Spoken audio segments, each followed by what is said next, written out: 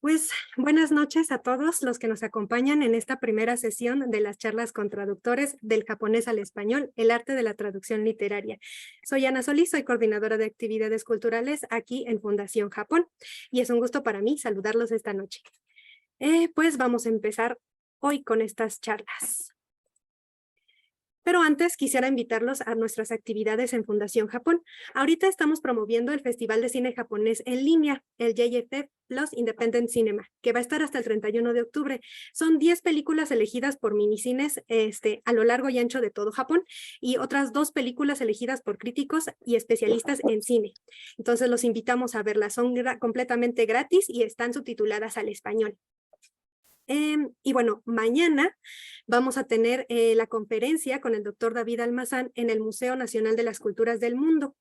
Esta conferencia va a ser sobre Katsushika Hokusai, que es un gran artista japonés famoso por esta gran imagen de la ola de Kanagawa, ¿no? Que es emblemática. Entonces espero que puedan acompañarnos.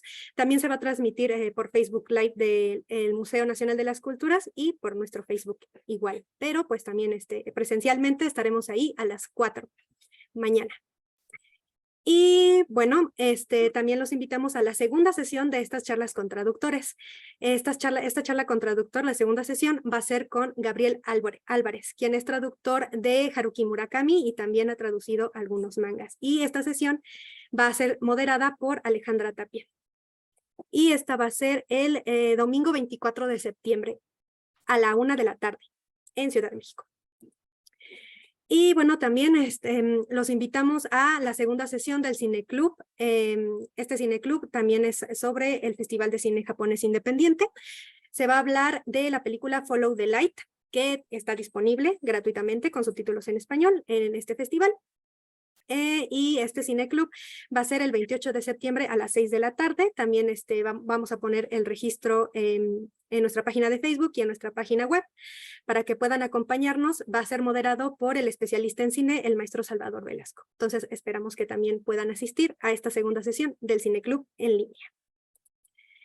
Bueno, sin más preámbulo, empezamos con las charlas con traductores del japonés al español, el arte de la traducción literaria. Presento a Tana Oshima. Tana Oshima es traductora literaria y artista visual. Ha traducido al español a autoras contemporáneas japonesas como Yuko Tsushima, Hiroko Oyamada y Yumiri. Su última traducción, una obra del Premio Nobel de Literatura, Yasunari Kawabata, hasta ahora inédita en español, saldrá a finales de este año. También ha escrito una novela que se publicará en 2024. Su trabajo como artista visual incluye el cómic, el dibujo y la pintura. Ha expuesto en distintas galerías de Nueva York, donde reside actualmente. Y Matías Chape es profesor investigador de literatura japonesa en el Centro de Estudios de Asia y África del Colegio de México. Fue también investigador en la Facultad de Letras de la Universidad Waseda en Tokio, donde realizó su doctorado sobre la relación entre la literatura japonesa y la latinoamericana. Dictó clases de traducción literaria y de literatura japonesa en traducción para dicha universidad y para otras en Japón. Posee una maestría en estudios de Asia y África con especialidad en Japón por el Colegio de México y realizó sus estudios de grado en la Universidad de Buenos Aires, siendo licenciado y profesor en letras. Tradujo a Ango Sakaguchi, a Osamu Dazai y a Hagiwara Sakutaro, entre otros. También es editor de la revista bilingüe inglés-japonés Tokyo Poetry Journal, publicada en Japón.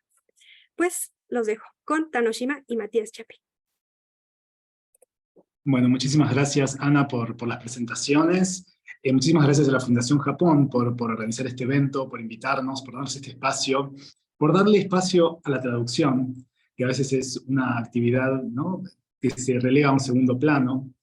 Y sobre todo quisiera agradecer a mi colega Alejandra Tapia, que fue la idea de organizar este ciclo de charlas. Esperemos, bueno, se continúen, no solo en este espacio, sino en otros, de nuevo para reivindicar cuán importante es la traducción, ¿no?, en este mundo, sobre todo, que vivimos hoy en día tan conectado y tan multicultural. Muchísimas gracias a todos los participantes por sumarse. He visto muchísimo interés en este evento y sobre todo muchísimas gracias a vos, Tana, ¿no?, por sumarte hoy, por participar aquí. Para mí es realmente un gusto enorme poder charlar contigo. Así que bueno, espero nutrirme muchísimo de los comentarios que nos hagas, a algunas preguntas que hemos ideado para esta entrevista. Gracias, Matías, y gracias, Ana, por la presentación también. Sí, así como para romper un poquito el hielo, ¿no? Y para conocerte un poco más, a mí me gustaría preguntarte, antes que nada, ¿cómo llegaste a la traducción literaria, ¿no? Y en esta carrera que tú has hecho, bueno, ¿qué aprendiste, sobre todo, de la traducción específicamente del japonés al español? Algunos elementos que vos te hayan, bueno, quedado, ¿no? De esta experiencia que ya has tenido, esta carrera formidable que has hecho. Pues la verdad es que llegué a la traducción de una forma un poco muy orgánica y natural, diría yo, ¿no? Es algo que luego ahora lo pienso retrospectivamente y me sorprende que no se me hubiera ocurrido antes dedicarme a la traducción, pero fue relativamente reciente, que de repente un día dije, voy a intentar traducir, porque, bueno, yo ya escribía, me gusta mucho la literatura y, bueno, ya hablaba los dos idiomas, entonces pues es algo que en mí me surgió de forma natural, pero hasta ese momento no se me había ocurrido hacerlo. Y entonces, bueno, cuando ya tuve la idea, la verdad es que me propuse a varias editoriales españolas y bueno, pues respondieron bien. Y sobre todo la editorial Impedimenta, con la que empecé a trabajar y sigo trabajando. Pero fue un poco así, fue de repente. Pero como si siempre hubiese estado la traducción allí, ¿verdad? Ahí, yo siempre Exacto, recuerdo. claro, yo pienso, hombre, en la traducción literaria pues implica la escritura, pero sí considero que siempre he sido un poco traductora porque he estado siempre entre las dos culturas traduciendo el idioma y también explicando la cultura a una parte de mi familia que no entendía la otra, ¿no? Entonces he estado siempre ahí como de puente y en medio de entre las dos culturas. Entonces sí, no es algo que me resulte extraño, la traducción es algo, es como, es mi ámbito, sí, sí, sí. Sí, yo siempre recuerdo al semiólogo Yuri Lotman que decía algo así como que la traducción es el acto elemental del pensamiento. Creo que así es la frase, ¿no? Como si siempre estuviésemos traduciendo y no nos damos cuenta. Es cierto, Pues, sí. Sí, la y traducción puede tener también, hay una traducción como más, una concepción más, una acepción más genérica de la traducción, pues que sí se puede aplicar a muchísimas cosas que hacemos en la vida cotidiana. Sí. sí, bueno, me alegro muchísimo que se haya transformado en bueno, esta serie de colecciones, por ejemplo, que hiciste, esta colección, perdón, que hiciste para la editorial Impedimenta, entre otras traducciones que, bueno, esperemos salgan pronto, ¿no? Yo quiero saber sobre la de Kawabata, luego te preguntaré Luego sobre eso. hablamos, sí. Pero a propósito de las traducciones que hiciste para Editorial Impedimenta, a mí me gustaría preguntarte, bueno, son tres escritoras, ¿no? Que has traducido, tres autoras japonesas, y bueno, yo quisiera saber un poquito si vos podrías describirnos qué es lo que viene sucediendo un poquito en la literatura escrita por mujeres, ¿no? ¿Cómo describirías este fenómeno contemporáneo en Japón, pero también en el mundo, ¿no? ¿Qué es lo que vos ves en esta nueva corriente, o más bien reivindicación de la escritura de mujeres? Bueno, ¿cuál es tu opinión sobre esto? Me interesaría muchísimo saberlo. Pues a ver, sin ser experta socióloga, yo pienso bueno, es evidente el auge que está teniendo la presencia de la mujer en todos los ámbitos, ¿no? Eso yo creo que es evidente en todo el mundo. Y creo que sí se refleja también en la literatura. En el caso concreto de la literatura japonesa, bueno, escritoras ha habido siempre, claro, no es un país en el que no hubiesen escrito las mujeres, pero sí se les daba más importancia a los hombres, se les destacaba más y además tenían más prestigio, bueno, yo creo que como ha ocurrido en otras partes del mundo, ¿no? Y, y recientemente es verdad que se les está dando más hueco, más atención a las escritoras, pero yo al mismo tiempo siempre digo que no es solo casualidad ni es circunstancial, o sea, no el auge de la literatura femenina en Japón, que bueno, no me gusta llamar la literatura femenina, ¿no? La literatura escrita por mujeres, no creo que obedezca solo a las circunstancias actuales, que despiertan mayor interés en la literatura escrita por las mujeres, sino que realmente están en un momento muy interesante. O sea, yo eso lo creo.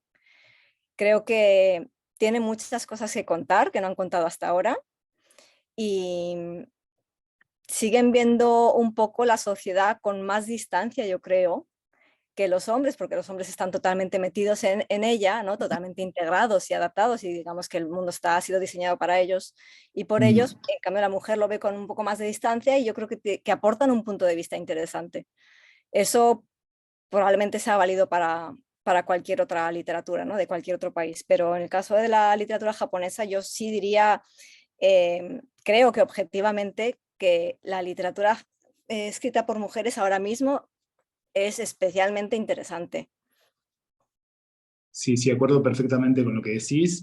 Y sobre todo en una sociedad como la japonesa, que es a veces, bueno, qué sé yo, desde por ejemplo el Genji Monogatari, ¿no? Que es un texto escrito por una mujer, parecería que su cultura tiene un espacio para la mujer totalmente protagónico, pero también la sociedad japonesa, bueno, tiene muchísimas dificultades, ¿no? Al momento de de lograr una igualdad de género, etcétera. Así que creo que es muy importante, sí, como tú dices, ¿verdad? Esta nueva literatura que está surgiendo con tanta fuerza de la pluma de mujeres. Sí, sabes que sobre esto yo me quedé Sí, pensando, sí, perdón. sí, perdona, sí, no, sí, quería añadir eso, que el, yo creo que la literatura muchas veces bebe de las tensiones, ¿no? Que es que el autor percibe en su entorno, en la sociedad o incluso en su mente, pero claro, la mujer vive mucho más estas tensiones en la sociedad japonesa y yo creo que en la sociedad en general, pero en la sociedad japonesa en particular, pues como decías tú, sigue siendo bastante desigual. Y entonces estas tensiones y al mismo tiempo contradicciones, porque por una parte el gobierno intenta tomar medidas para,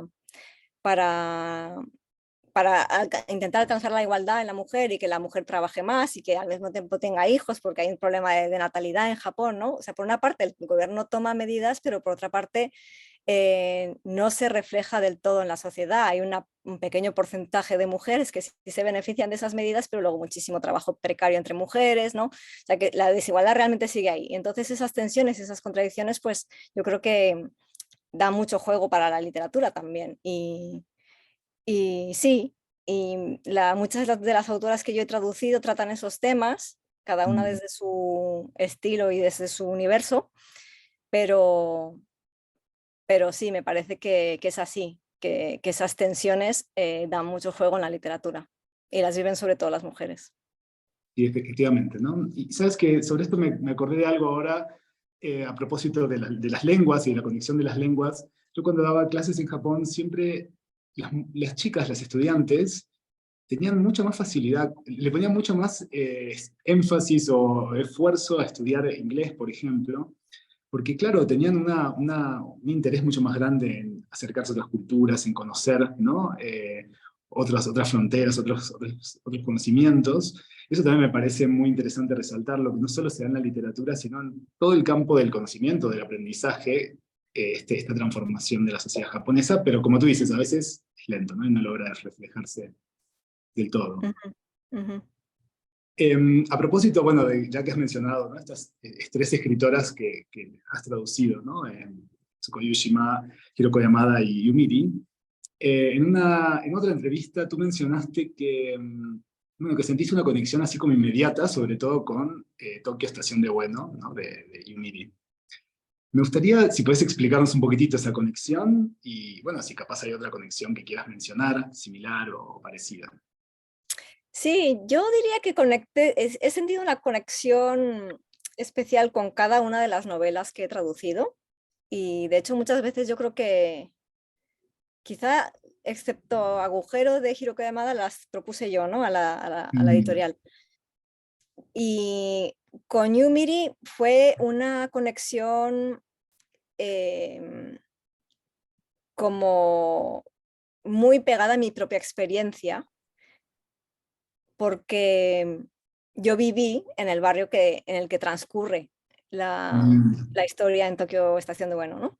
Y además viví también más o menos por la misma época en la que ella escribe o ella se documenta, ¿no? Para escribir la novela.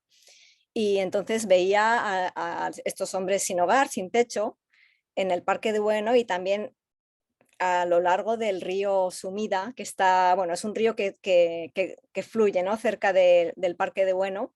Yo vivía cerca del río también y entonces siempre por las mañanas los veía, estaban a todo lo largo del río con sus cajas de de cartón, bueno, sus casas de cartón, ¿no? Entonces todo me resultaba muy familiar y yo también hablaba de vez en cuando con ellos y me contaban cosas parecidas, o sea, era como volver a vivir eso, esas escenas.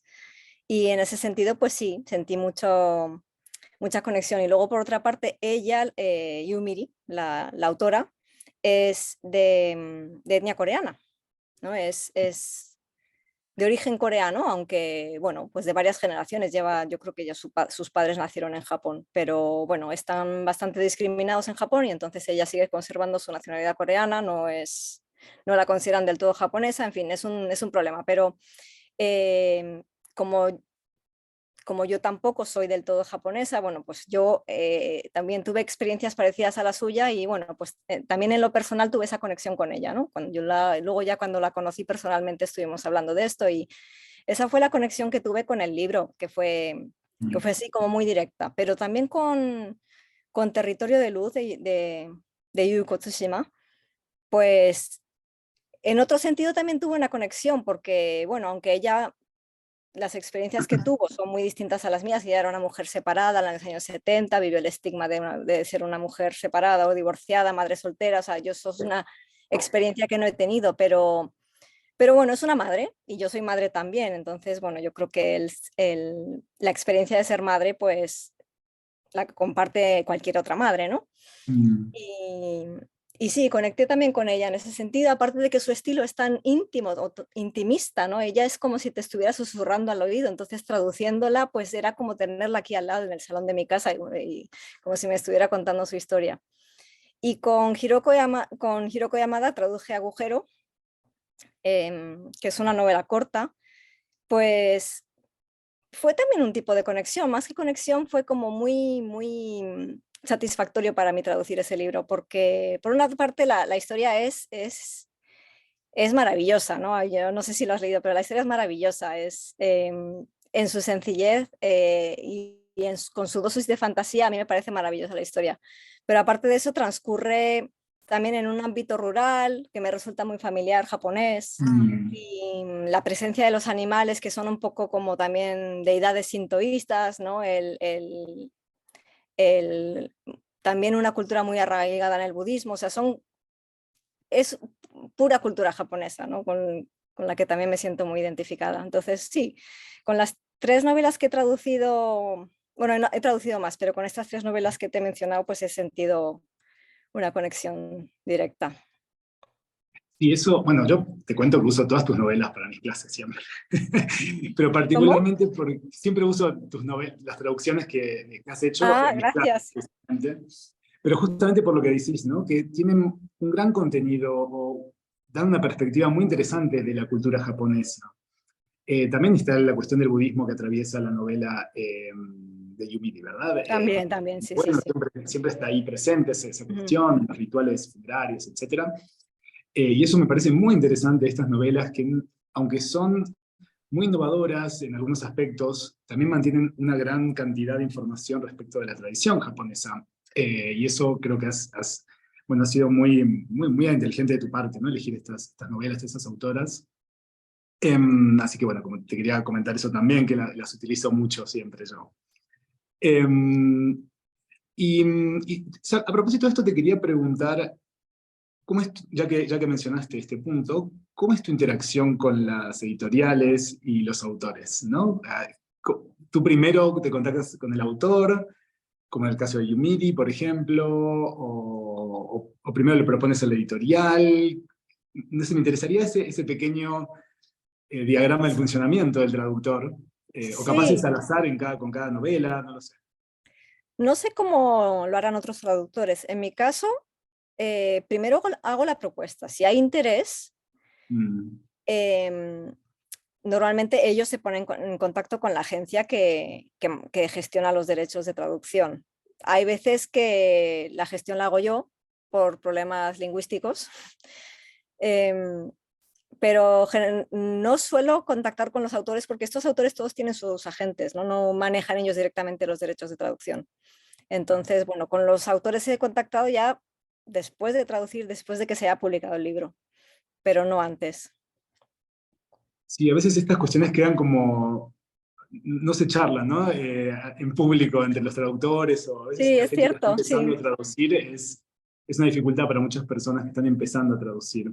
sí. Por eso lo quería sobre todo señalar. Ujú. Sí, yo creo que Em, lo primero que hay que hacer es proponer, hacer la propuesta para ver si hay interés y luego ya, incluso si hay veces que la editorial está muy ocupada y tiene mucho lío, yo lo que recomiendo a un traductor principiante es que él o ella misma pues contacte con la agencia si puede, si es posible, para adelantar todo lo que pueda y dárselo todo hecho a la editorial, ¿no? claro. Bueno, volveremos sobre algún consejo Ujú. para los traductores principiantes, pero ahora sí me interesaría, bueno, meternos de lleno en una cuestión que vos trabajás muy bien en algunos textos, sobre todo uno que escribiste llamado Traducción, Colonialismo y Política, ¿no? El poder del traductor. Em, bueno, me gustaría, si pudieses profundizar sobre esta oposición o este posicionamiento que vos tenés ante la idea de la traducción como una adaptación y como una asimilación cultural, ¿no? Muchas veces. Me encantaría si podrías hablar un poquitito sobre esto, desarrollar esta idea, y también, bueno, definir, si pudieses, ¿no? ¿Cuál es para vos la responsabilidad política y cultural del traductor? Pues sí, este es un tema que, como sabrás, me interesa mucho. Em, yo sí pienso que a ver, yo creo que tradicionalmente o históricamente se ha traducido la literatura no occidental desde Occidente y para Occidente, ¿no? Y esto sigue ocurriendo en muchos casos. Es desde Occidente para Occidente. Y entonces yo creo que no solo se pierde mucho cuando es así, porque se parte de una mirada occidental se está explicando una cultura muy distante desde una mirada occidental, desde un punto de vista occidental, y además, o sea, eso ya está filtrando muchos elementos, está dejando fuera muchos elementos culturales que son de la cultura de origen. Entonces, me parece que quizás hace unos siglos no había recursos para hacerlo de otra manera, ¿no? O no existían los criterios para cuestionarse esta mirada, pero hoy en día no es necesario hacerlo así. Yo creo que ya esto tiene que cambiar. Y, y entonces sí, a mí me importa mucho y me preocupa mucho la responsabilidad que tiene el traductor a la hora de representar otra cultura, porque el traductor no solo traduce el idioma, que es yo creo que como se ha entendido históricamente, ¿no? El traductor traduce de una lengua a otra, no, pero el traductor está traduciendo o debería estar traduciendo una cultura, o sea, tendría que estar trasladando una cultura a otra. Y porque la lengua es así, o sea, el lenguaje contiene un universo cultural entero, ¿no? En sí mismo. Y entonces no se trata solo de traducir una palabra a otra, sino de trasladar ese universo cultural que está contenido en el lenguaje. Y, y entonces, para hacer eso bien, hay que representar esa cultura bien, desde mi punto de vista, hay que traducir, yo digo siempre que desde dentro de la cultura, ¿no? O sea, no tú como occidental, como extranjero, viendo una cultura desde la distancia, ¿no? Sino desde dentro. Desde dentro quiere decir, pues, cuestionando tus propios prejuicios como traductor, ¿no? Cuestionando lo que sabes y lo que no sabes. Y bueno, no lo que yo llamo, sino lo que se ha dado en llamar la literatura postcolonial, es un poco cuestionar esa mirada occidental que se ha impuesto históricamente sobre Oriente, ¿no? Y tiene mucho que ver con el orientalismo de Edward Said, ¿no? Y que él hablaba del orientalismo como un simulacro que hace Occidente de Oriente, ¿no? Es como una recreación a medida de Occidente. Y en la traducción yo creo que sigue ocurriendo mucho, y hasta el punto de que me parece que en muchos casos no ha llegado la crítica que se está haciendo del descolonizar y de lo poscolonial, muchas veces a la traducción, al campo de la traducción no ha llegado casi, no se sigue traduciendo como se traducía en el siglo XIX en muchos casos. Y sí, yo creo que es importante ser consciente de esto porque, y esto yo lo he vivido como en mi experiencia personal, ¿no? al final la traducción que se hace desde Occidente para Occidente resulta reduccionista, ¿no? Porque como te decía, estás dejando muchas cosas fuera. El traductor es una especie de guardia aduanero que decide qué pasa y qué no pasa, ¿no? Por la frontera cultural al final. Y entonces dice, uy, esto es demasiado extraño, no lo voy a poner, o lo voy a omitir, o lo voy a adaptar. En cambio, esto tiene la dosis justa de exotismo que le va a gustar al lector y entonces lo voy a incluir, ¿no? Pero al final el árbitro es el traductor que decide qué entra y qué no entra. Y bueno, al final suelen casi siempre filtrar los tópicos, ¿no? Los estereotipos, lo que la gente más conoce, es lo que pasa por la frontera cultural, y lo que menos se conoce se deja fuera o se omite, y entonces al final se acaban reforzando los mismos estereotipos sobre esa cultura, ¿no? En este caso Japón, y es siempre lo mismo, los mismos elementos culturales que se repiten en esas representaciones culturales, omitiendo otras, con lo cual se pierde complejidad, se pierde riqueza, y bueno, así es como surgen los estereotipos, tanto positivos como negativos, pero son prejuicios, ¿no? Y no se está permitiendo que se conozca bien la cultura. Entonces, bueno, para mí esa es la responsabilidad que tiene el traductor, porque tiene ese poder también, ¿no? De filtrar. Entonces, bueno, pues como dice Spider-Man, con todo poder conlleva una gran responsabilidad, ¿no? Pues tiene esa responsabilidad el traductor. Sí, sin duda, muchísimas cosas en lo que acabas de decir que te quiero preguntar, así que voy a tomarme unos minutos en hacer unas preguntas tangenciales de esta pregunta que te hice. Bueno, me gustó mucho esta idea, ¿no? De traducir desde adentro de una cultura, pero luego dijiste algo así como traducir desde adentro implica cuestionar tus propios prejuicios. Eso es el estar dentro de una cultura, ¿no? Lo que uno creía de esa cultura, pero finalmente capaz no es de esa manera. Y esto, bueno, me parece que tiene mucho que ver con algo que mencionaste antes a propósito de las escritoras y tu vínculo con ellas y las novelas que tradujiste, que es una cierta empatía también, ¿no? Sentir un poco de saber lo que la otra persona o la otra cultura o el otro autor siente en su mundo, en su universo, que no necesariamente es lo que nosotros creemos de eso. Y hay que ser muy honestos sobre eso, ¿no? Como traductores. Sí. No lo que uno quiere decir, no lo que uno quiere ver de la literatura japonesa en lo que estoy traduciendo, o de la cultura japonesa en lo que estoy traduciendo. Y sí, Exacto.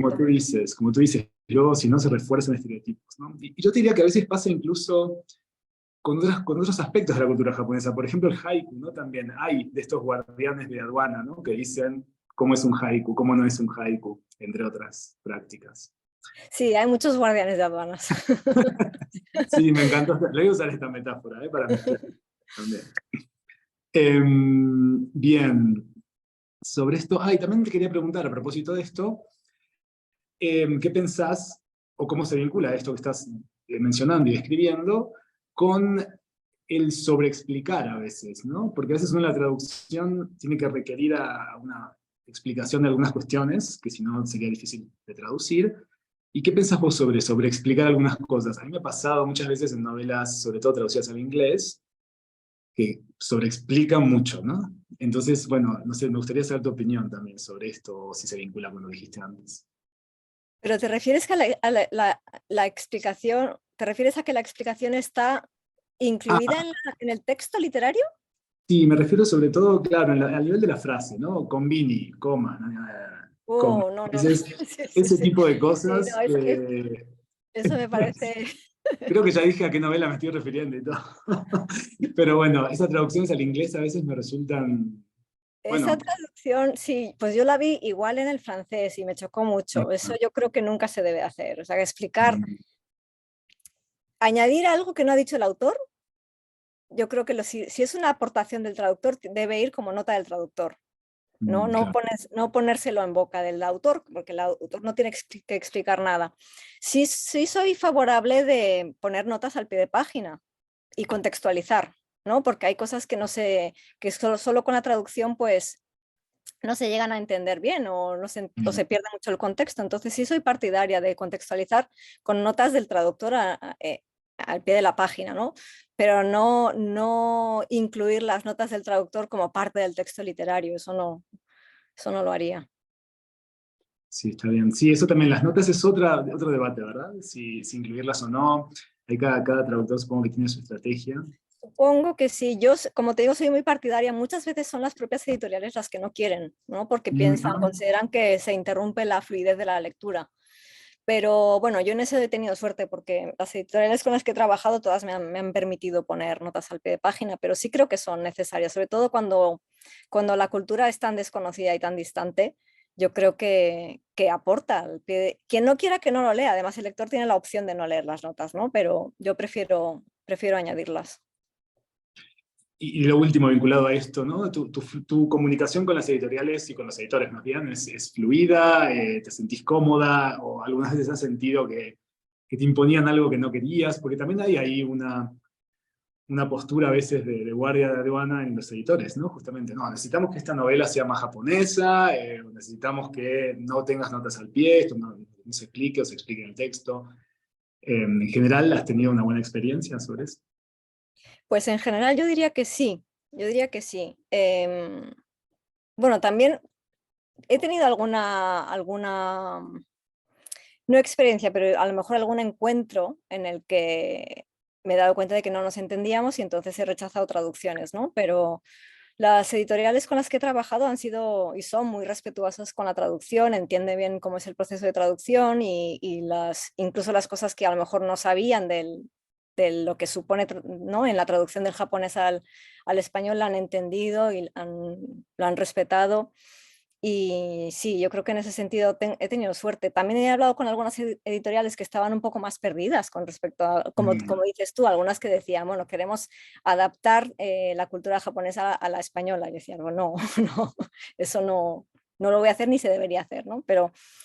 Pero con las que he trabajado sí han sido todas muy respetuosas. Sí, efectivamente, esto de adaptar, ¿no? Que tú también te has referido como domesticación, ¿no? Y que es, de hecho, la charla perdón, el título que lleva esta charla que tenemos hoy, tú siempre te has mostrado muy en contra de esto, ¿verdad? Esta idea de domesticar, porque, por ejemplo, y por domesticar nos referimos a traducir una frase, un refrán en japonés a su versión en español, ¿no? Como uno encontraría en alguna versión similar o algo por el estilo. Sí, se hace constantemente y no solo de lenguas no occidentales, sino yo creo que incluso cuando se traduce del inglés al español Mm. o al revés, ¿no? Los estadounidenses lo hacen todo el rato. Por ejemplo, pues el yukata, ¿no? Que es un Mm. kimono ligero, ¿no? Que la gente se pone en verano o después del baño, pues en alguna traducción lo he leído como bata, pues traducir incluso he llegado a leer tatami como alfombra, o sea, ¿no? unas equivalencias muy locas, ¿no? Pero no es necesario, ¿no? Me parece que eso es un poco el tema de antes, ¿no? Pero no solo no es necesario, sino que es perjudicial. No estás representando bien la cultura que estás traduciendo. Sí, efectivamente, de acuerdo totalmente en eso, así que bueno, espero que también los traductores que estén escuchándonos consideren esto y también los editores, ¿no? Que por eso también quería mencionar esto, porque también finalmente el editor a veces no, claro, es muy difícil que un editor sepa japonés, es raro, o que pueda, digamos, chequear el original, entonces, bueno, se sienten también un poco perdidos, ¿no? Los editores, quiero decir. No, claro, Tienen claro, que sí, sí. confiar, tienen que confiar en nosotros los traductores. Y también ahí me parece que la empatía del traductor tiene que entrar en juego, ¿verdad? Nosotros tenemos que entender que el editor, bueno, tiene su negocio, tiene que funcionar de alguna manera, tiene sus intereses, y bueno, tratar de que entender lo que ellos están buscando también. Sí, totalmente, pero bueno, que no, en mi experiencia ni siquiera hemos tenido que Mm. discutir, ¿no? O sea, desde el Qué bueno, principio lo han respetado todo, o sea que sí. qué bueno, Mm. buenísimo. Bien, y ahora cambiando un poquito de tema, sabes que me gustaría también preguntarte sobre, bueno, vos viviste en Japón, en Perú, en Argentina, en Francia, en España. Bueno, tuve una carrera muy, bueno, ahora vivís en Nueva York. Me gustaría preguntarte de qué manera bueno, tu vida, ¿no? Haciendo tan multicultural, de qué manera influyó en tu carrera como dibujante, como traductora, como escritor. O como persona también. Bueno, como persona más que influirme me ha formado, o sea, me ha hecho Exacto. quien soy, ¿no? Sí, como traductora yo creo que sí, tiene una repercusión directa en cómo traduzco, yo creo, ¿no? Porque, como decíamos antes, traducir no es solo traducir la lengua, ¿no? No ocurre solo en un plano lingüístico, sino que ocurre en un plano cultural. Y entonces cuando traduces te estás moviendo no solo entre idiomas, sino entre universos culturales, ¿no? Te trasladas de uno a otro constantemente. Y yo creo que cualquier persona que salga de su contexto cultural y conozca a otros, y cuantos más conozca, más facilidad tiene para moverse entre ir y venir, ¿no? Entre distintos universos culturales. Y entonces yo creo que eso sí, pues también como te decía antes, ha hecho que para mí sea un acto muy natural traducir, ¿no? Porque sí, primero pues porque hablo los dos idiomas desde que era pequeña, pero además porque estoy acostumbrada a moverme de un mundo a otro. Sí, sabes que hace poco, bueno, Ana presentó los próximos eventos de la Fundación Japón, pero también la gente puede saber que, para muchos para que sepan muchos que también hay muchos eventos online, ¿no? En YouTube, en el canal de la Fundación. Hace poco recibimos a la escritora Tawada Yoko, que también, bueno, tiene muchísima escritura, muchísimos textos y muchísimas ideas alrededor de la lengua y de la traducción. Y ella planteaba también que esta idea de dos universos también hay que resaltar que son universos inestables, ¿no? Siempre, no son dos culturas homogéneas que se mantienen, y esta capacidad que uno desarrolla de poder moverse entre una lengua y otra, y en tu caso, bueno, en tantas culturas diversas, o lugares en los que viviste, etcétera, creo que eso aporta muchísimo, ¿no? A poder ser capaz de, bueno, ¿qué pasa cuando esto parece que es distinto a la cultura japonesa que yo estaba pensando, ¿no? O al japonés que yo estaba Exactamente, pensando. sí, sí, sí. Sí, aprendes eso también a mirar a través de la mirada de otros, ¿no? Sí, y bueno, me preguntabas también sobre mi práctica artística, eso ya es como es más, yo creo que es menos evidente quizás el impacto que pueda tener, pero sí que yo me muevo en un campo en el campo de la hibridez, ¿no? Yo misma soy híbrida, no racialmente, y culturalmente, pero, pero sí que prácticamente en todo lo que hago, no es que evite, sino que me incomoda la definición, ¿no? O encajar en una definición o encajar en una categoría, porque, bueno, ni soy española ni soy japonesa, soy las dos cosas, pero no, no encajo, no suelo encajar en definiciones cerradas o en categorías, ¿no?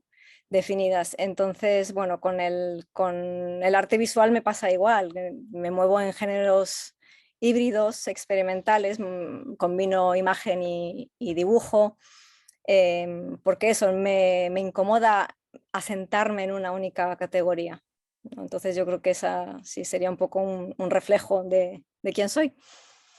Y bueno, me gusta muchísimo esto que acabas de decir, sí. Sí, también invitamos, ¿no?, a los que están escuchando a seguir a Tana en su actividad artística también, no solo como traductora. Y la novela también, ¿no? Este dato que mencionó Ana, ¿podrías mencionarnos así velozmente algún spoiler o algo de la novela? ¿O no Pues querés? es una novela, es una novela experimental, tampoco se puede definir, no creo que encaje en un género definido. Y mucha gente me pregunta, ¿pero es sobre Japón? Le digo, no, no es sobre Japón, porque a mí no me gusta tampoco responder a, ¿cómo diría yo? A las expectativas étnicas, ¿no? Que se Mm, proyectan sobre la gente, como pareces japonesa, seguro que vas a escribir sobre Japón, o, ¿no? O mm. como eres latino aquí en Estados Unidos, pues todo tu discurso debe girar en torno a lo latino, pues a mí no me gusta eso, entonces no, lo que yo he escrito lo podría haber escrito cualquier otra persona, supongo, aunque lo he escrito yo, y en ese sentido solo lo podría haber escrito yo, pero carece en ese sentido de un contexto cultural, es como mucho más abstracto. Pero bueno, no sé qué más decir, no tiene una trama, no es una novela clásica. Bueno, ya es bastante decir eso, así que a mí por lo menos ya me da ganas de leerla. Voy a esperar con ansias. Y si en esto que dices también hay una domesticación, ¿no? El latino tiene que ser de tal manera, el japonés tiene que ser de tal manera, o la japonesa tiene que ser de tal manera, o a veces también la mujer tiene que ser de tal manera, ¿no? Y eso, la mujer tiene que ser de tal forma, sumisa o no, o feminista también. Digo, encasillar siempre es problemático y creo que es lo que... Traduccionista, sí. Reduccionista, exacto. Sí, sí, sí. Ujú. Bueno, para volver un poquito a la traducción, bueno, vos alguna vez mencionaste también que traducir es más complejo, ¿no? De lo que parece. Y para vos, qué es lo que para vos significa una traducción exitosa? Y específicamente, ¿no? ¿Qué te deja contenta de tus traducciones? Eso también me gustaría saber. Pues sí, yo creo que la traducción es muy compleja. Tú que has traducido lo sabrás también.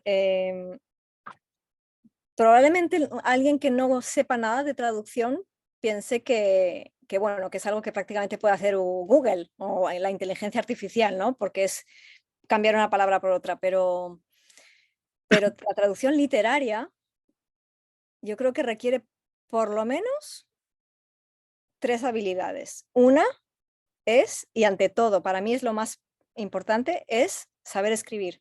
O sea, un traductor literario no puede traducir una obra literaria si no sabe escribir bien, ¿no?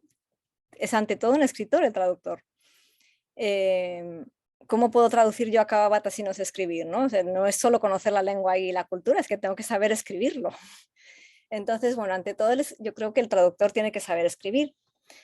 Y luego otra cosa que no es menos importante es que tiene que saber leer una obra literaria, que no es lo mismo que hojear un periódico o leer una revista, ¿no? Tiene que entender las intenciones del escritor, tiene que estar receptivo a por qué ha repetido esta palabra, ¿no? O por qué ha dicho esto de esta manera. O sea, una obra literaria, en una obra literaria prácticamente todo tiene significado.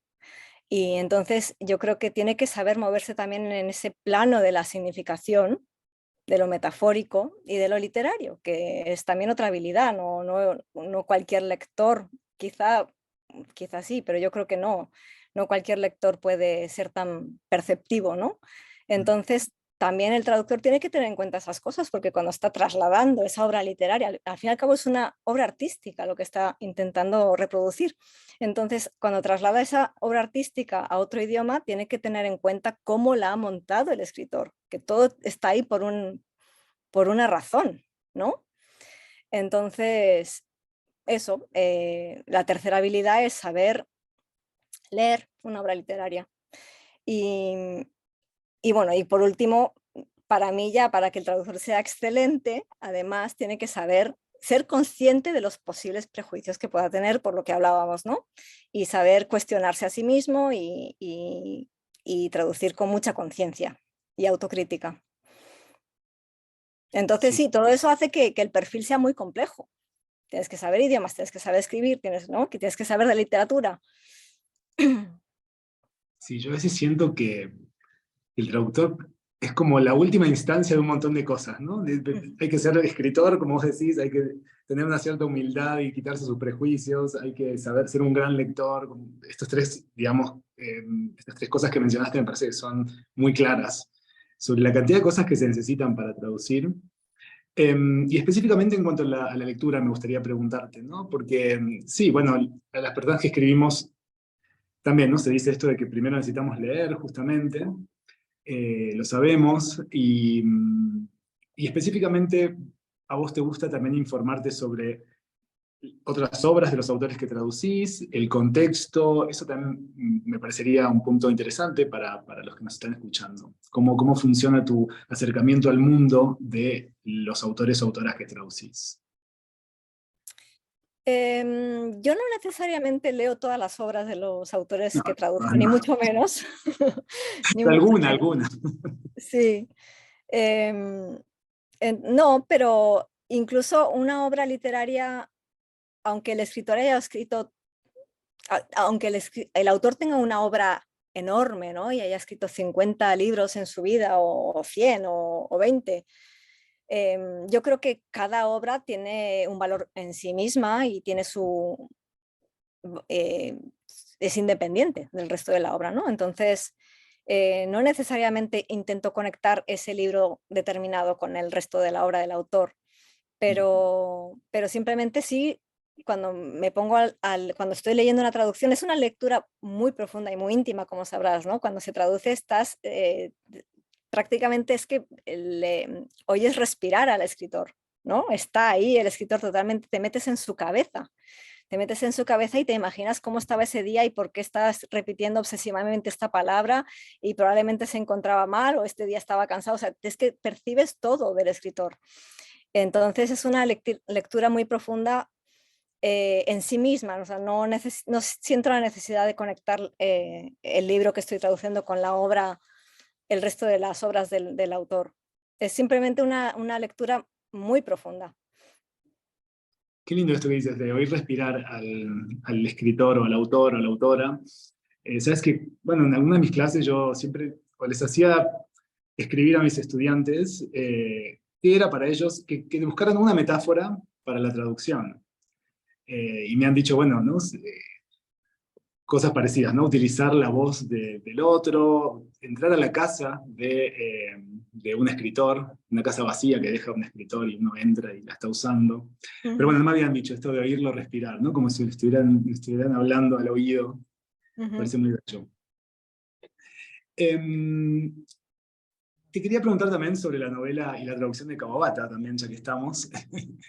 Bueno, en varias ocasiones tú habías mencionado, ¿verdad? Que querías traducir a Sí. Kawabata antes de que, bueno, se concretara esta traducción que va a salir ahora. Ahora que finalmente concretaste este deseo que tenías, bueno, ¿nos podrías contar un poquito sobre la experiencia? ¿Cómo fue? Sí, como dices tú, yo siempre quise traducir a Kawabata, primero porque me encanta como escritor, ¿no? Y me gusta de una forma que no significa necesariamente que me guste todo lo que escribe, ni que esté de acuerdo con todo lo que dice, porque evidentemente es un escritor antiguo, ¿no? Hay muchas cosas en las que su forma de pensar y su mentalidad están totalmente anticuadas, ¿no? Eso lo dejo claro, pero creo que tenía muchísimo talento y son realmente, yo las considero obras maestras, ¿no? Muchas de sus novelas son obras artísticas con mucho valor para mí.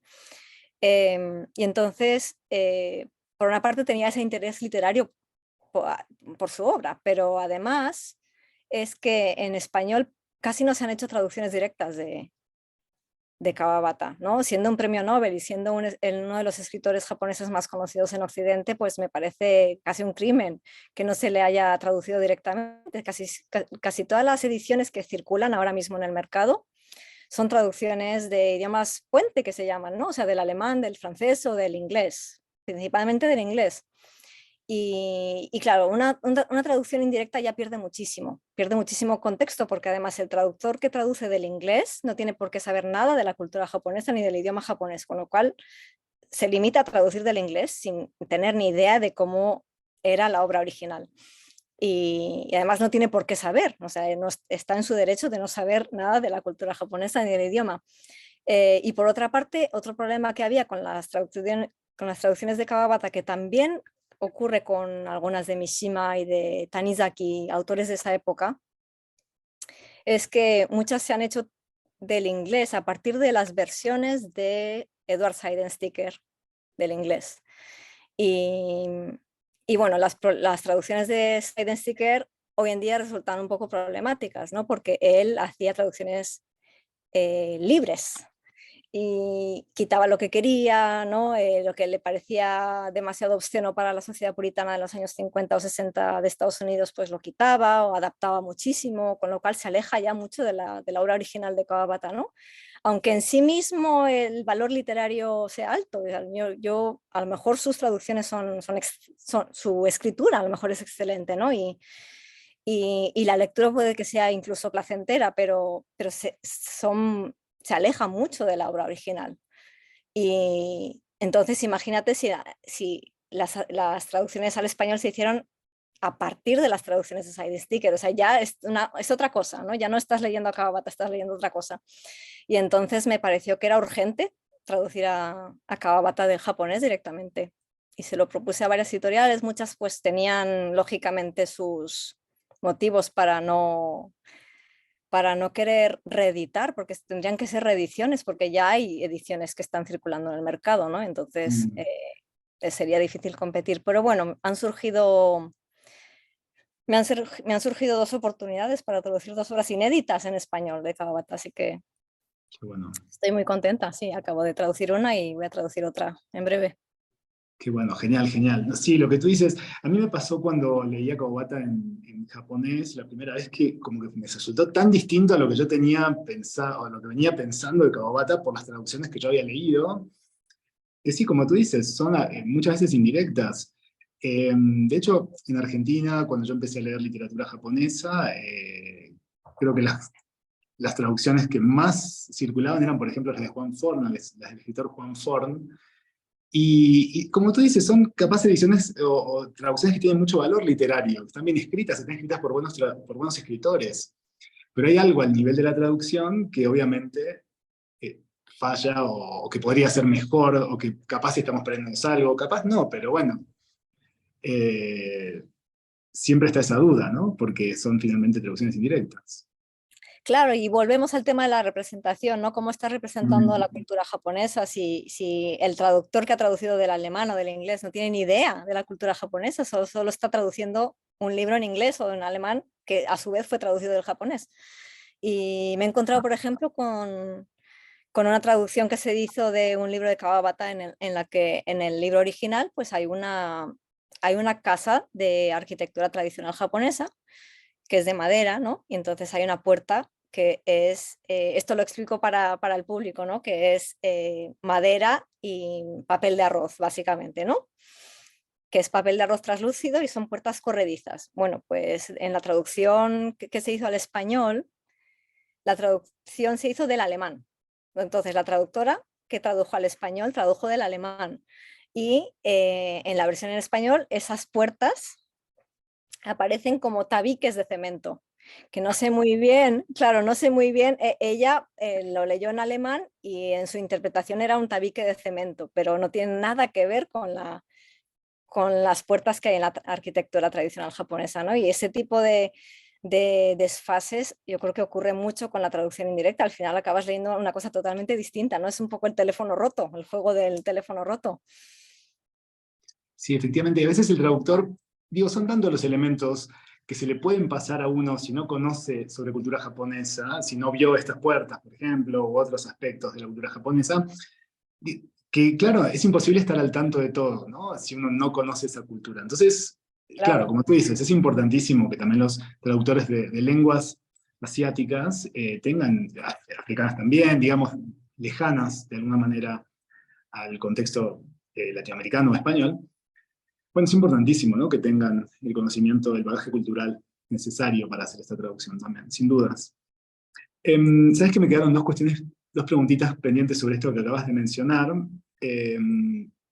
Una es esta idea de redescubrir autores, ¿no? Me parece que es muy importante también a veces las editoriales, como tú dices, tienen cierta reticencia, ¿no? A publicar autores que ya tienen un determinado número de traducciones publicadas, pero también, bueno, me parece muy, muy interesante que vos o que vayas a ser quien redescubra un aspecto de Kawabata, ¿no? Como, no sé qué pensás sobre esto. A mí me pasó también de haber traducido a una novela inédita de Osamu Dazai, y bueno, también es muy, muy lindo esa experiencia, ¿no?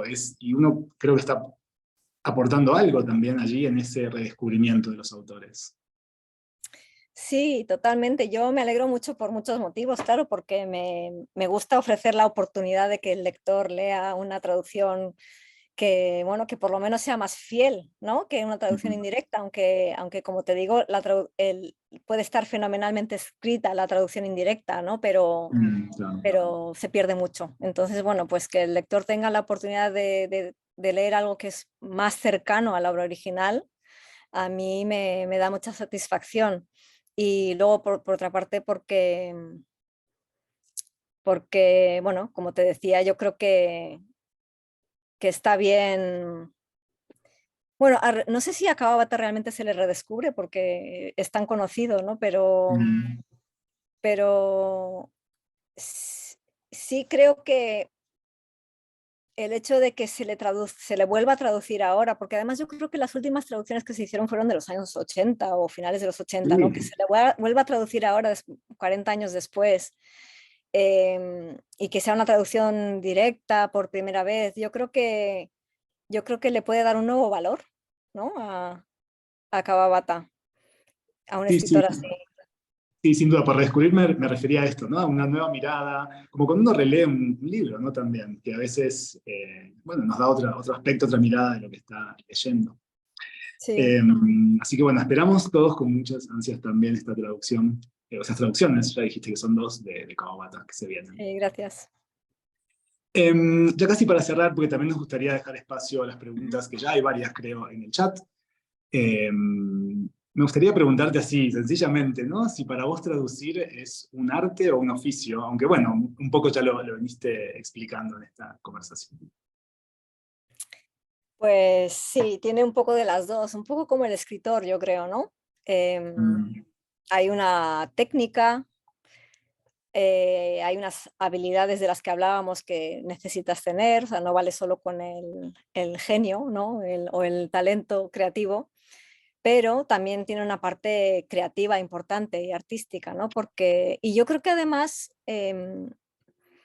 cuando se traduce de lenguas muy diferentes entre sí, como es el caso del español y el japonés, o de las lenguas occidentales y el japonés, y las lenguas orientales, yo creo que da más juego para lo creativo, ¿no? Hay más huecos que rellenar en ese sentido, creativamente, porque entre dos lenguas que se parecen mucho, la traducción es mucho más, el proceso es mucho más directo, ¿no? Pero, pero cuando las lenguas son tan distantes y distintas entre sí, yo creo que tiene que trabajar más la cabeza y ser creativo para reconstruir la frase. Literalmente tienes que deconstruir una frase y reconstruirla creativamente, ¿no? Intentando que se parezca lo máximo posible, pero bueno, eh, yo siempre lo comparo con un poco como reconstruir una catedral o un templo de un lugar, ¿no? Desmontarlo entero y volver a reconstruirlo piedra por piedra, pero con otros materiales. Pero tienes que conseguir que se parezca, ¿no? Es un difícil, poco así. difícil. Entonces, cuanto más distancia hay entre las lenguas, yo creo que más difícil, pero también más creativo es el trabajo. Entonces, bueno, en cualquier caso siempre es creativa la traducción literaria y yo creo que ahí sí tiene una parte artística, claramente, ¿no? Y puede salir bien o puede salir mal, no solo es cuestión de técnica, con lo cual sí, es un arte. Sí, yo siempre es lo que les trato de transmitir a mis estudiantes, no solo de traducción, sino a los que se dedican a cultura japonesa en nuestro máster y bueno, nuestro programa, que la distancia también es una oportunidad, ¿no? A veces uno dice, el español, ¿por qué me dedico a Japón? No sé qué. Pero finalmente eso es una oportunidad para desarrollar nuestra creatividad muchísimo más. La creatividad también de generar vínculos, que a veces son la traducción. Bueno, a mí me parece muy motivador y intento transmitirle eso a todos mis estudiantes y creo que es lo que estás diciendo también de fondo, ¿no? Me parece eso Ujú. muy valedero. Y también algo que acabas de mencionar, eh, para resaltar, ¿no? Digamos, hay una idea y ya lo habías mencionado, la idea de que traducir también es solo conocer una lengua, que basta con conocer una lengua. Y eso, bueno, me parece que ha quedado clarísimo en tu charla de que no, ¿no? Justamente la lengua solamente no es suficiente. Hay que conocer la cultura y también tener esta sensibilidad artística que vos claramente nos transmitís. Bien, como última pregunta, así como veloz, porque ya nos diste en realidad un consejo, te quería preguntar, ¿no?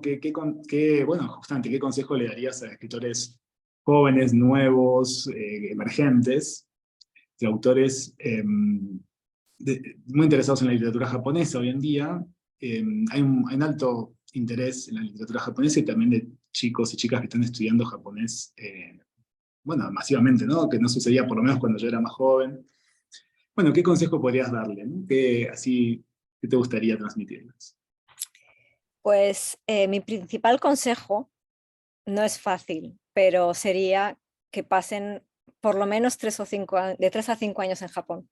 O sea, primero que estudien el idioma, pero que luego vivan allí. Ese sería mi principal consejo. Creo que es muy difícil conocer la cultura, sino a través o sea, de una forma tan indirecta, ¿no? Que no sea a través de tu propia experiencia. Entonces, ese sería mi consejo, que, bueno, digo que es difícil porque económicamente no es fácil, ¿no? Vivir allí y ganarse la vida, pero fácil en el sentido, supongo, de que motivación tendrán, ¿no? Los traductores emergentes irse a vivir a Japón. Pero sí, ese sería mi principal consejo, vivir allí e intentar conocer la cultura de fondo y ver la cultura a través de los ojos de ellos, no los suyos. Em, y sí, ese es mi principal consejo. Y luego ya, pues, además, preocuparse por escribir bien, ¿no? Y leer los consejos que les daría a un escritor o los consejos que dan los escritores experimentados a los escritores noveles valen también para los traductores, pero además con la parte cultural añadida. Y luego, bueno, ya consejos prácticos para acercarse a las editoriales, eso ya yo creo que hay mil formas de hacerlo, pero básicamente es hacer propuestas interesantes, estar muy al tanto de lo que de las novedades editoriales. Desgraciadamente, no todas las novedades editoriales que surgen en Japón tienen un interés directo en España o en el mundo hispanoparlante, porque los editores necesitan leer las versiones en inglés primero o en Claro. francés, con lo cual tienen que ser novedades editoriales que salen en el mercado o anglosajón o francés, ¿no? Algo que puedan ellos leer, los editores leer directamente y saber si les gusta o no. Pero bueno, se trata de estar pendientes de lo que se traduce al inglés y al francés de literatura japonesa y hacer propuestas. Eso sería un consejo más práctico, ¿no? Pero vamos, mi principal consejo es que vivan allí una temporada.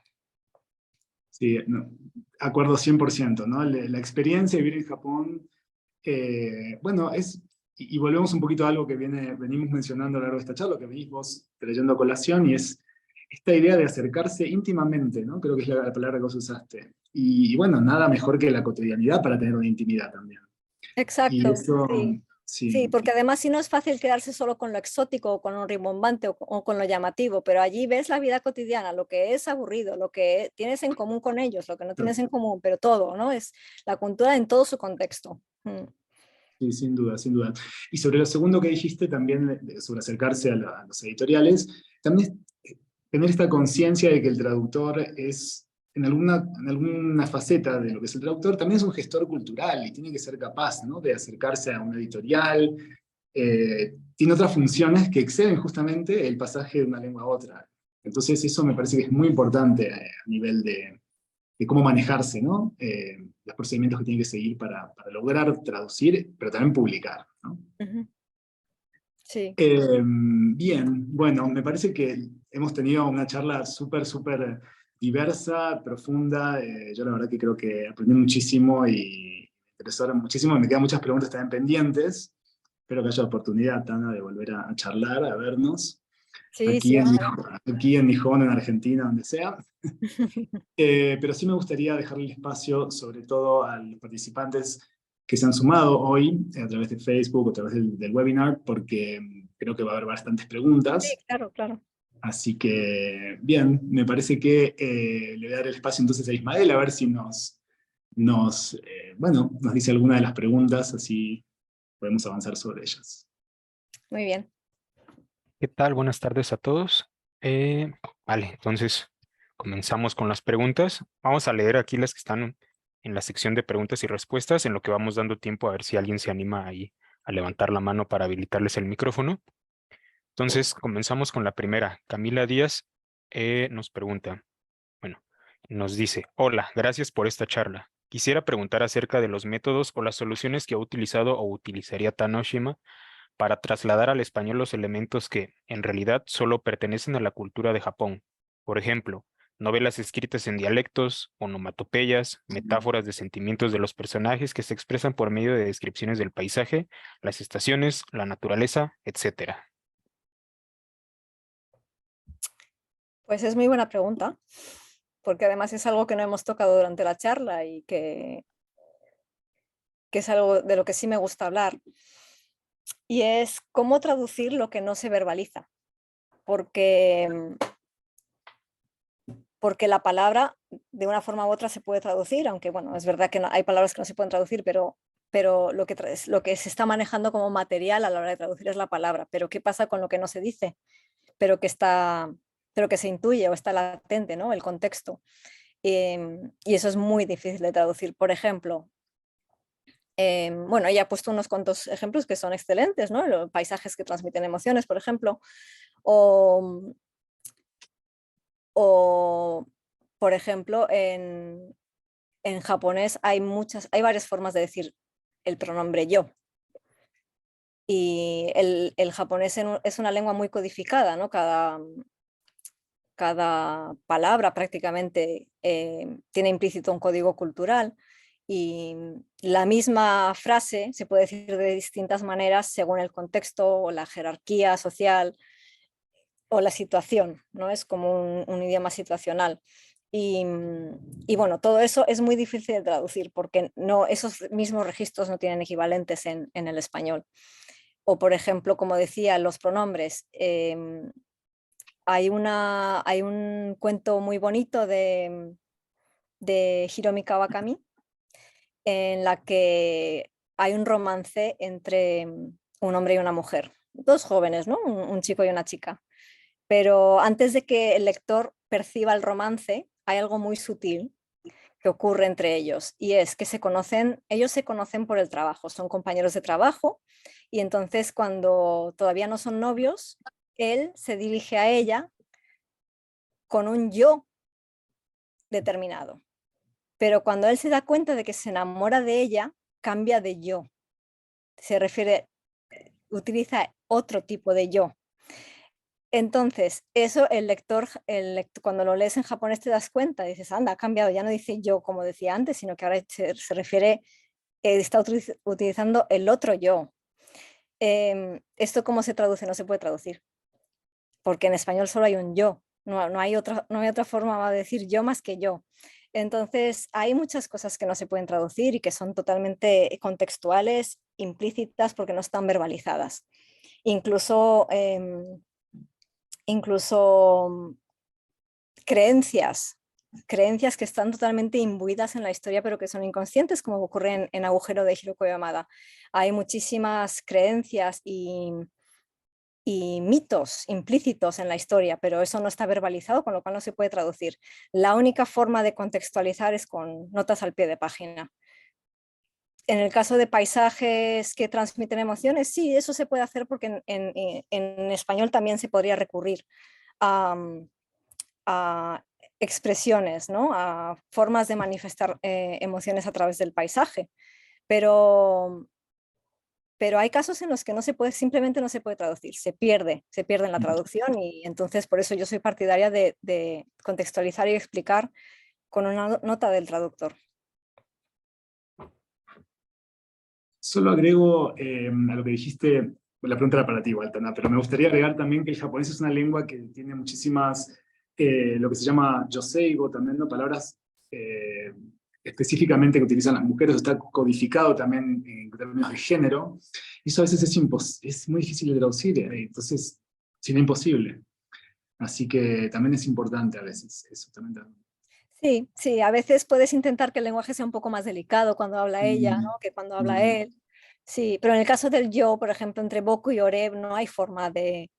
En español solo hay un yo, ¿no?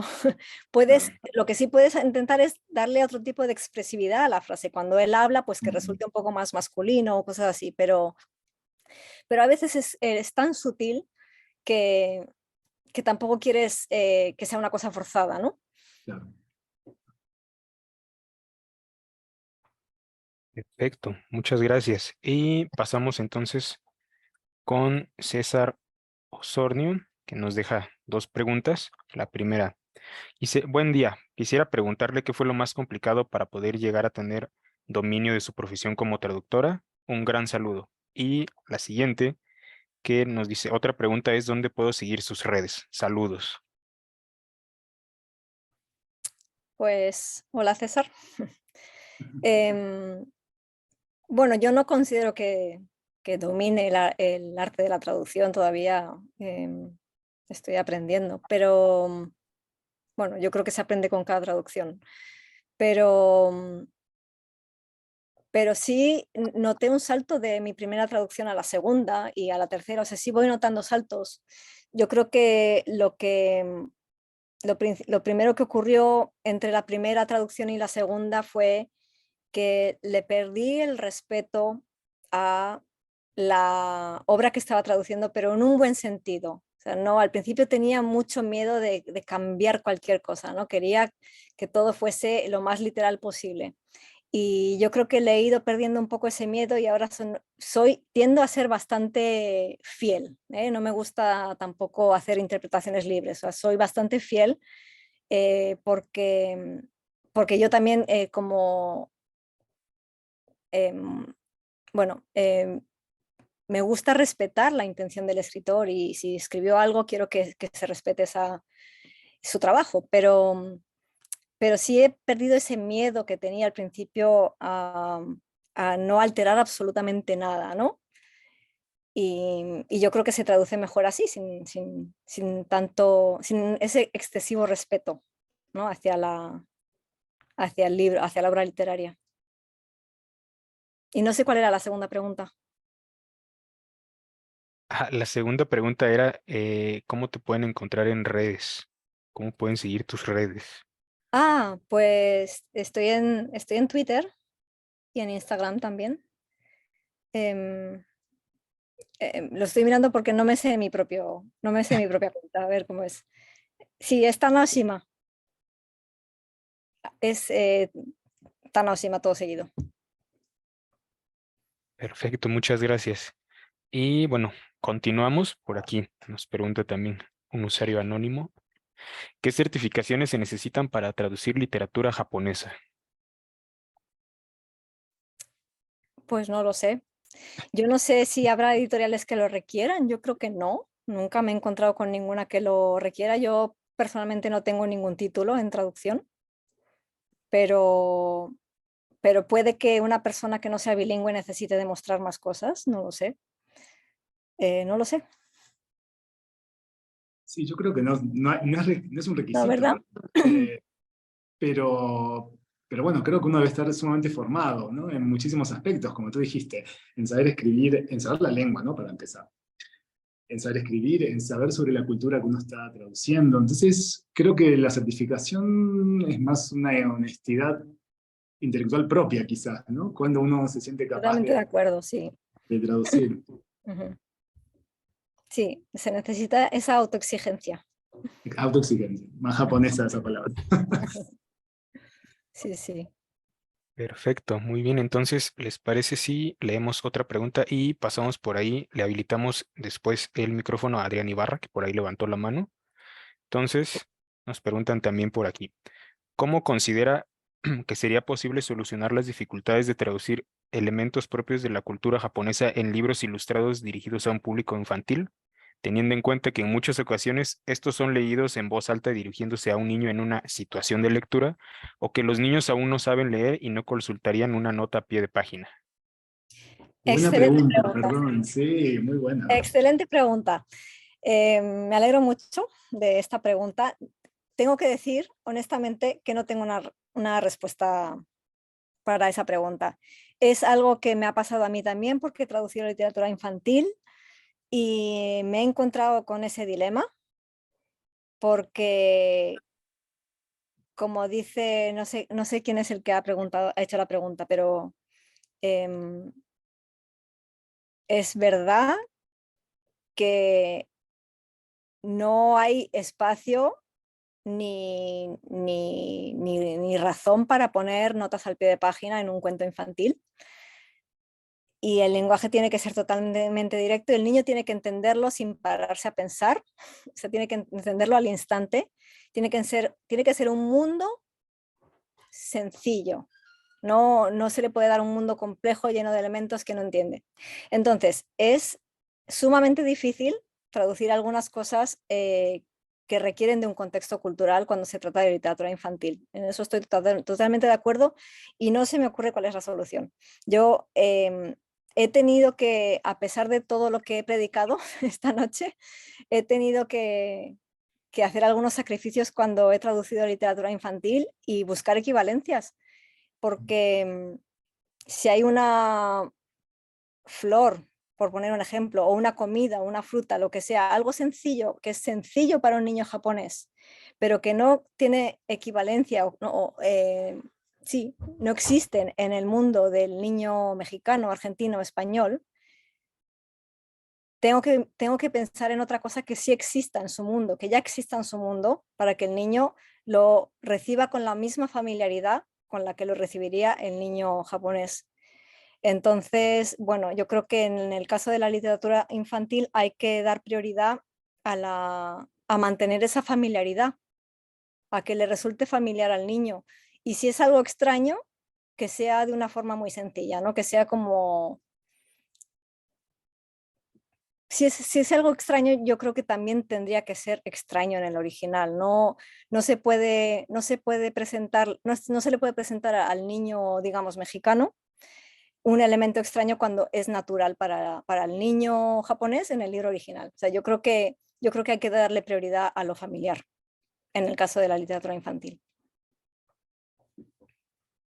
Esto demuestra también, Tana, cuánto vos, en esta idea de romper prejuicios, a veces también uno tiene que romper sus propias convicciones, ¿no? Así que me parece que lo que acabas de decir, esto, a pesar de lo que he predicado, justamente, bueno, a veces la traducción nos pone ante situaciones que, bueno, tenemos que hacerlo de alguna manera, aunque no Sí, creamos en todo en eso. sí. Y en eso la literatura infantil y juvenil también presenta retos nuevos, ¿no? Porque es muy distinta a la traducción del adulto, al lector adulto le exiges que entienda, ¿no? Y le exiges que sea él quien se adapte y le exiges que acepte una complejidad y una extrañeza.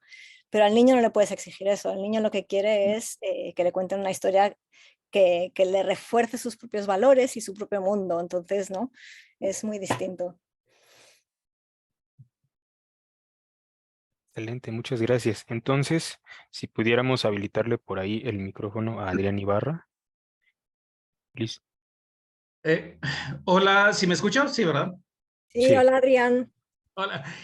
Bueno, conozco a los dos traductores, tanto a Matías como a Tana, y he tenido la fortuna de poder platicar con ellos. Mi pregunta es para ti, Tana, con respecto a Hijo Pródigo o Predilecto, que es la nueva novela que se acaba de estrenar hace poquito.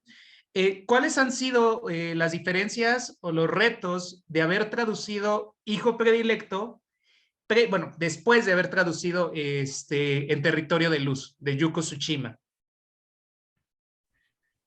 Pues la verdad es que han sido más facilidades que dificultades. Al haber traducido ya Territorio de Luz, El Hijo Predilecto, no doy ningún spoiler, pero es como una secuela de Territorio de Luz. Es como una continuación, es un poco la misma temática, los mismos problemas, con un final muy sorprendente. Pero bueno, ya estaba totalmente familiarizada con la voz de Tsushima, con su estilo autobiográfico, con su propia vida y con los personajes que son prácticamente los mismos, aunque no son los mismos, pero muy parecidos. Es decir, yo me movía en un ambiente que conocía, ¿no? Ya lo había hecho un poco mío y entonces fue mucho más fácil, me facilitó mucho las cosas el haber traducido previamente Territorio de Luz. Muchas gracias. De nada. Excelente, muy bien.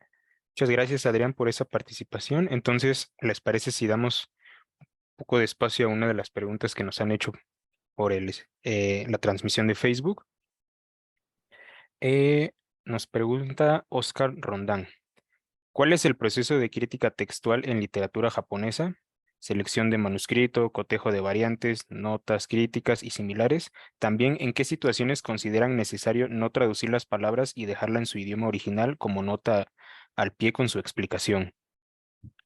No he entendido muy bien la primera pregunta. Aquí dice, ¿cómo es el proceso de crítica textual en literatura japonesa? Y, bueno, entre paréntesis pone selección de manuscrito, cotejo de variantes, notas críticas y similares. ¿Pero se refiere a la traducción? Sí, bueno, creo que se refiere al proceso de traducción en general. Quizás en textos en que tengan más de una fuente, ¿verdad? Puede ser ese un problema, sobre todo textos antiguos. Ah, Quizás haya, o bueno, inclusive una novela como País de Nieve de Kawabata, creo que también ha sido publicada bueno, decenas de veces en diferentes versiones. Capaz te referís a eso, Oscar, no estoy seguro. Supongo que la respuesta es, bueno, uno tiene que elegir, ¿no? Al intentar abarcar lo que pueda, lo que conozca y elegir, supongo, si es esa la pregunta, ¿no? Creo. Sí, si es esa la pregunta, yo simplemente diría que yo me limito a leer el original, ¿no? Y me limito a traducir lo que dijo el autor. Luego ya lo que otros dijeron sobre el autor no, por supuesto puede ser interesante, pero no lo considero un requisito imprescindible para traducir. No. Y la segunda pregunta, ¿cuál era, perdona? Sobre las palabras que uno capaz deja en japonés, ¿no? Sí. Sí, esa es una buena pregunta. Yo suelo dejar, tampoco es que sea una fórmula fija, ¿no? Pero los platos, nombres de platos culinarios, los suelo mantener en japonés. Nombres de partes de la arquitectura tradicional que no tienen equivalente en español, los dejo en japonés. En general, conceptos que son muy propios, muy distintivos y que no tienen equivalente, los suelo dejar en japonés con una nota explicativa. Pero sí, platos culinarios, he leído traducciones en las que se traducen todos los platos culinarios y al final resulta hasta cómico, ¿no? Incluso a veces han llegado a traducir onigiri, que es una bola de arroz, por un sándwich, porque lo que hicieron fue una equivalencia cultural, ¿no? ¿Qué meriendo yo? No meriendo un onigiri, yo meriendo un sándwich o un bocadillo, entonces traduzco por bocadillo. Bueno, esas son las cosas a las que nos referíamos antes de la adaptación o domesticación. Yo sí, los platos culinarios los suelo mantener como son, incluso si hay plantas, árboles, muchas veces en casi todos los libros, las novelas que he traducido aparece algún árbol o alguna flor que es una especie endémica de Japón, ¿no? Autóctona y que no tiene equivalente. Entonces eso, como el kunugi, pues que es un árbol que no tiene equivalente y que solo está en Japón o quizá en China y Corea, pero bueno, es como de Asia Oriental. Entonces lo dejo en japonés también, porque es un nombre muy común allí, todo el mundo sabe lo que es el kunugi, entonces lo dejo en japonés con una nota explicativa. Pero sí, en general, sí, partes de la arquitectura, también partes del kimono tradicional, ¿no? En los libros de Kawabata siempre se habla con mucho detalle de las partes del kimono. Bueno, pues eso no voy a traducir el obi, que es como una especie de cinturón que se pone en el kimono, no lo voy a traducir como cinturón porque no es un cinturón. Entonces lo dejo en japonés y luego explico lo que es en una nota. ¿Y te ha pasado de dejar alguna palabra no tan conocida, justamente, o más bien muy desconocida, quizás con un gesto instructivo, ¿no? Como querer introducir en el nuevo contexto del texto de llegada una nueva palabra que te parecería interesante, que empiece a circular en el español? Todo el rato. Sí. O sea, yo no me dejo llevar por si el lector conoce o no la palabra. O sea, eso me da igual, ¿no? Sino si tiene equivalente o no. Por ejemplo, si es un vaso de agua, evidentemente hay un vaso de agua también en español, entonces voy a traducir vaso de agua, pero si es una bebida que solo existe en Japón, la voy a mantener en japonés y luego se explican en la nota, ¿no? Pero sí, lo hago todo el rato. A mí no me preocupa que el lector aprenda palabras nuevas o que no las conozca, porque además le explico lo que es.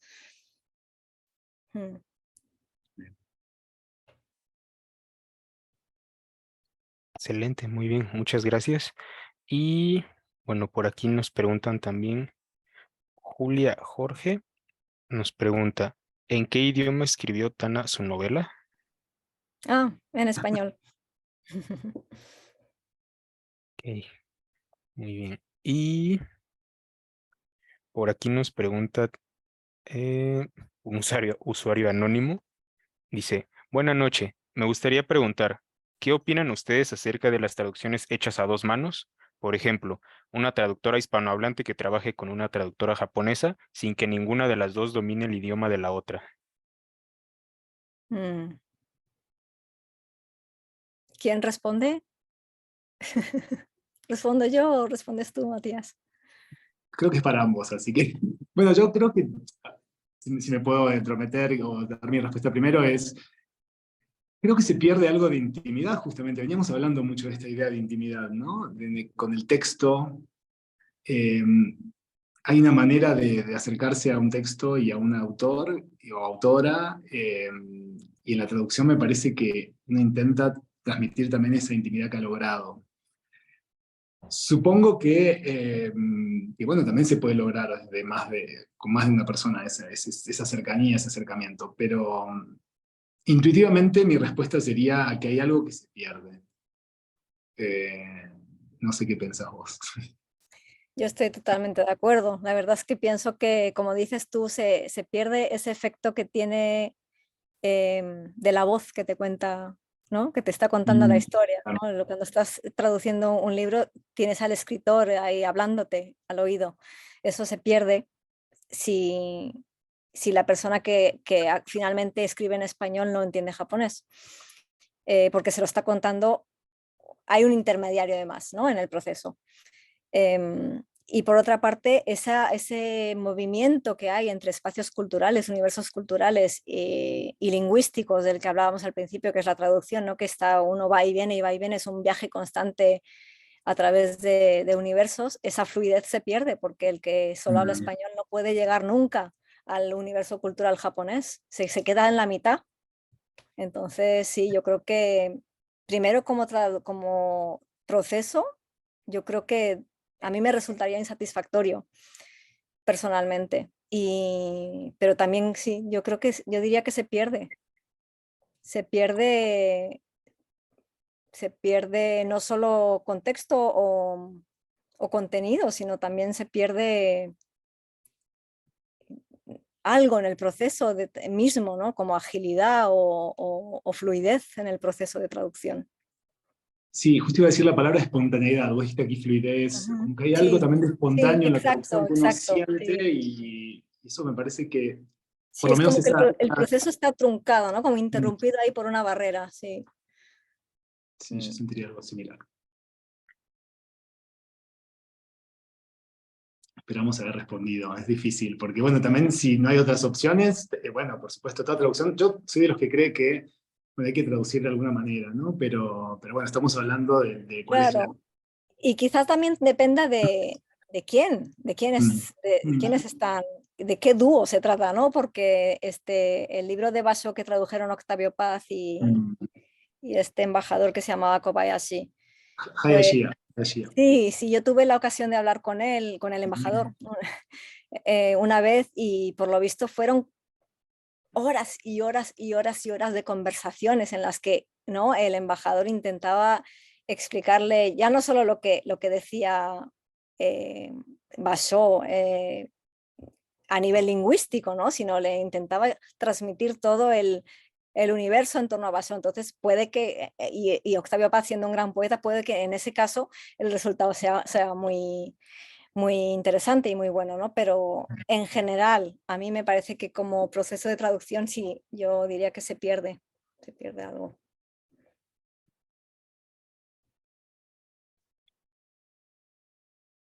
Bien, muchas gracias. Y vamos a pasar ahora con otra pregunta que nos llegó a través de la transmisión en vivo que estamos haciendo en Facebook. Nos pregunta David Murra. ¿Cuál es la relación del traductor con las traducciones que ya se han hecho del texto base a otros idiomas y cómo puede servirse de ellas? ¿Cómo? ¿Cuál es la pregunta otra vez? Sí. ¿Cuál es la relación del traductor con las traducciones que ya se han hecho del texto base a otros idiomas y cómo puede servirse de ellas? Perdona, es que se cortó un poquito. O sea, Ah, ok. ¿cómo pueden servirme las traducciones a otros idiomas? ¿Esa es la pregunta? Si quieres, la leo de nuevo. ¿Cuál es la relación del traductor con las traducciones que ya se han hecho del texto base a otros idiomas y cómo puede servirse de ellas? Sí, yo muchas veces sí me sirven de guía. A veces leo las traducciones, por ejemplo, cuando estoy traduciendo al español, a veces tengo la traducción al inglés delante, porque me sirve sobre todo para ver si me he saltado alguna línea o no. O sea, me resulta más fácil ver si me he saltado alguna línea a la hora de traducir, si leo, después de haber traduzco una frase del japonés al español, o un párrafo, traduzco un párrafo del japonés al español y luego veo el párrafo en inglés porque así me resulta más fácil ver si me salta alguna línea de esa manera. O sea, es como un uso muy práctico, ¿no? Que tiene para mí una traducción a otro idioma, al inglés en este caso. Pero por lo demás no suelo leer las obras en otro idioma antes de traducir y casi después tampoco. O sea, lo uso principalmente como eso, como una guía para ver si he traducido todas las frases, si me he saltado algo. O incluso hay veces que sí que lo consulto. Como traductora sí me gusta ver cómo traducen otros. Eso sí, hay un interés profesional, ¿no? Entonces, si veo que en la traducción también, la traducción consiste también en tomar decisiones constantemente, ¿no? Entonces, si veo que hay algo que es un poco complicado y que no estoy muy segura de qué decisión tomar, me interesa ver qué decisión tomaron otros, ¿no? Eso no quiere decir que vaya a hacerlo yo lo mismo, no siempre estoy de acuerdo, pero sí me interesa ver cómo resuelven los problemas otros traductores. No Sí, sé a si mí responde a la pregunta. sí, hablamos bastante, ¿no? De estas traducciones indirectas y cómo priorizamos, bueno, por supuesto, la traducción directa en nuestro caso.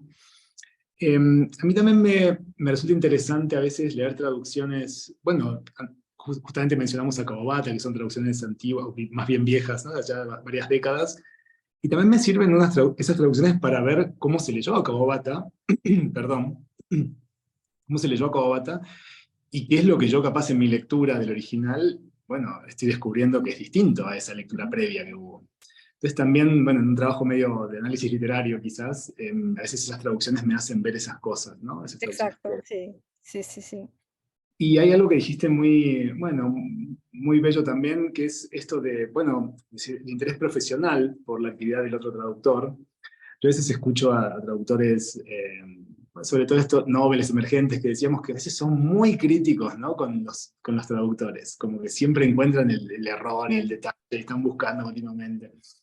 Y bueno, también uno tiene que comprender a sus colegas, ¿no? Vivimos en una comunidad de traductores que intentamos entre todos construir puentes y vínculos, y bueno, también al acercarse a traducciones de otros u otras, aprendemos nosotros, nos informamos más, ¿no? Tenemos una mirada más amplia, supongo. Sí, totalmente. Sí, aprendemos los unos de los otros, sí. Excelente. Muy bien. Para cerrar este espacio de preguntas, me gustaría pedirte, Matías, si nos ayudas justamente con la última pregunta. Ahí no sé si tienes a la mano la sección de preguntas.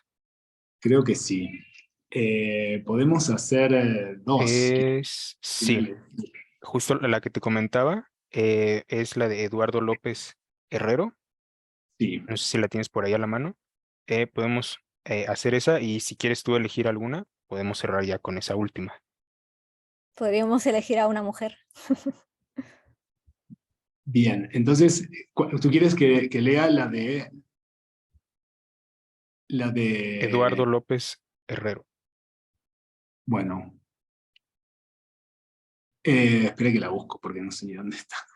Sí, que está Es que casi hasta estoy usando arriba. mi celular, entonces es un Ah, poco... vale. Eduardo López Herrero. Bien. Me resultó muy interesante y educativo, dice, lo que dijiste sobre no domesticar, con el corolario de no agregar a la traducción cosas que no esté diciendo el autor. Esa es también mi postura básica, pero a veces me siento movido a hacer pequeñas excepciones para transmitir matices que no justificarían una nota del traductor. Un ejemplo, en una traducción me tocó hacer, perdón, figuraba la frase Kanki-sen kara wa sato no tapuri haita yoyu no nioi ga shiteita. Una traducción literal no transmitiría el matiz, porque el lector medio no sabe qué lugar ocupa ese olor en la cultura japonesa, el olor a shoyu, ¿no? A la salsa de soja. Como pinta a quien cocina, a su familia, etc. Entonces me permitía agregar un tímido adjetivo, el extractor de la cocina, esta es la cita, ¿no? Cito. la traducción de Eduardo. El extractor de la cocina despedía el familiar olor a salsa de soja con mucho azúcar. Cierro cita. Sé que esto no termina de transmitir el matiz, pero un poquito se acerca. ¿Qué opinás? Quizás quieras leer la pregunta, Tana. ¿La pregunta es para mí? Bueno, supongo que sí, porque vos sos la protagonista hoy acá. Eh, ¿Qué sí, la pasa tengo con aquí delante. sobre todo, ¿qué pasa? Hablaste un poquito del tema de la comida, justamente. Entonces creo que la pregunta de Eduardo apunta a esto, ¿no? ¿Qué pasa cuando hay que agregar un poquito sobre explicar? Sí. ¿O qué opinas de su traducción? Sí, yo creo que está bien, es una solución creativa y yo lo hago todo el tiempo también. A veces está bien añadir, siempre que no sea eso, un paréntesis entero, ¿no? O una explicación, una frase entera de explicación. Yo creo que añadir matices sutiles de esta manera, sí, sí es correcto. Bueno, yo no soy nadie para decir si es correcto o incorrecto, pero yo sí es algo que hago. Me parece que es una solución creativa. O sea que sí, sí, yo lo haría también. Muy bien. Entonces elegimos una más, si les parece, de una mujer, ya que estamos. A ver. Yo estoy usando mi celular, entonces veo todo muy pequeño, no tengo mis anteojos acá cerca. Bien.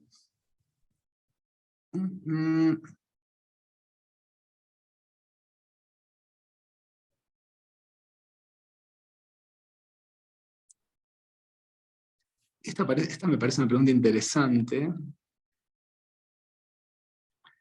¿Cómo me acerco, ¿no?, al campo de la traducción sin tener experiencia previa? Yo creo que vamos a hacer dos. Esta que quizás la respondiste ya un poquitito. ¿Qué consejos le podés dar al escritor? Al traductor, perdón.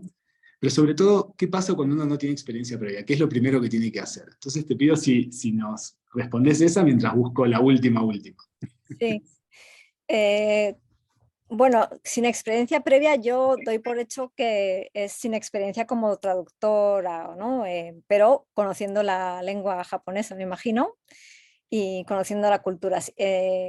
Una vez se conoce la cultura y el idioma, yo creo que lo que se puede hacer es empezar a traducir fragmentos de una novela. Por ejemplo, las primeras 15 páginas o 20 páginas de una novela que te guste, que no se haya traducido previamente al español, y la mandas como muestra a una editorial y dices, mira, yo me gustaría traducir esta obra, esta novela o lo que sea, y aquí te envío una muestra, las primeras 20 páginas. Eso yo creo que así el editor puede ver cómo traduces, cómo escribes y además un poco el gancho o el interés que pueda tener la obra.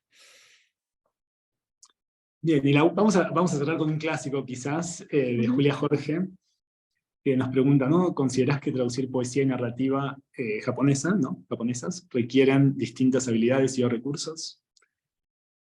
Yo creo que sí, yo creo que sí. De hecho, todavía no me he atrevido a traducir poesía porque al igual que dije que hay que saber escribir para traducir una novela, pienso que hay que ser poeta para traducir poesía o saber tener un sentido, ¿no?, del ritmo y de la imagen que se mueven de una forma distinta a los elementos, a cómo se mueven en la narrativa, ¿no? Las composiciones son más abstractas, no hay un sentido, no hay una dirección del tiempo clara muchas veces, a veces sí, pero muchas veces no.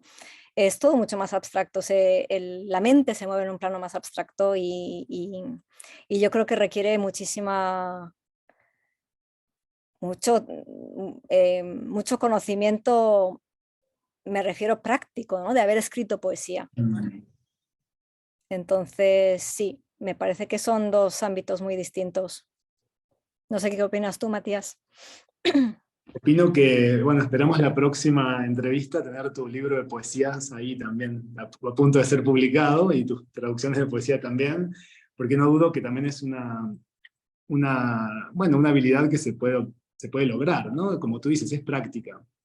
Pero para mí sí también. Yo siempre tuve esta noción o intuición de que la poesía es como el lenguaje más difícil de traducir, ¿no? De la literatura, pero también es el lenguaje más difícil de escribir de la literatura. Entonces, bueno, yo a veces veo no traductores que empiezan por traducir haiku, por ejemplo. Y a mí me da como pánico agarrar siquiera un haiku e intentar traducirlo. Porque es muy difícil, ¿no? Lograr muchísimas, como vos decís, de las imágenes, de la sutileza que se logra en tan pocos ideogramas. Entonces, bueno, sí creo que hay que ser un poeta y tener esa sensibilidad poética, de la forma de la poesía sobre todo, ¿no? Como dijiste, la musicalidad, la imagen, etcétera, que no tiene la narrativa o que lo tiene de otra manera. Sí. Así que, bueno, espero que los que tengan mucha habilidad ahí en la poesía también se animen a traducir, ¿no? Poesía japonesa. Desde luego. Bueno, creo que con estas preguntas entonces vamos a cerrar la charla de hoy, Tana. Yo quisiera, bueno, agradecerte muchísimo, ha sido sumamente instructivo para mí, entretenido, espero que repitamos, como te decía. También agradecer a la Fundación Japón en México por apostar a que haya más visibilización de los traductores, que como ya mencionaba al principio, a veces es una práctica que parecería secundaria, ¿no? A veces ni siquiera figuran los nombres de los traductores en las tapas de los libros, etc.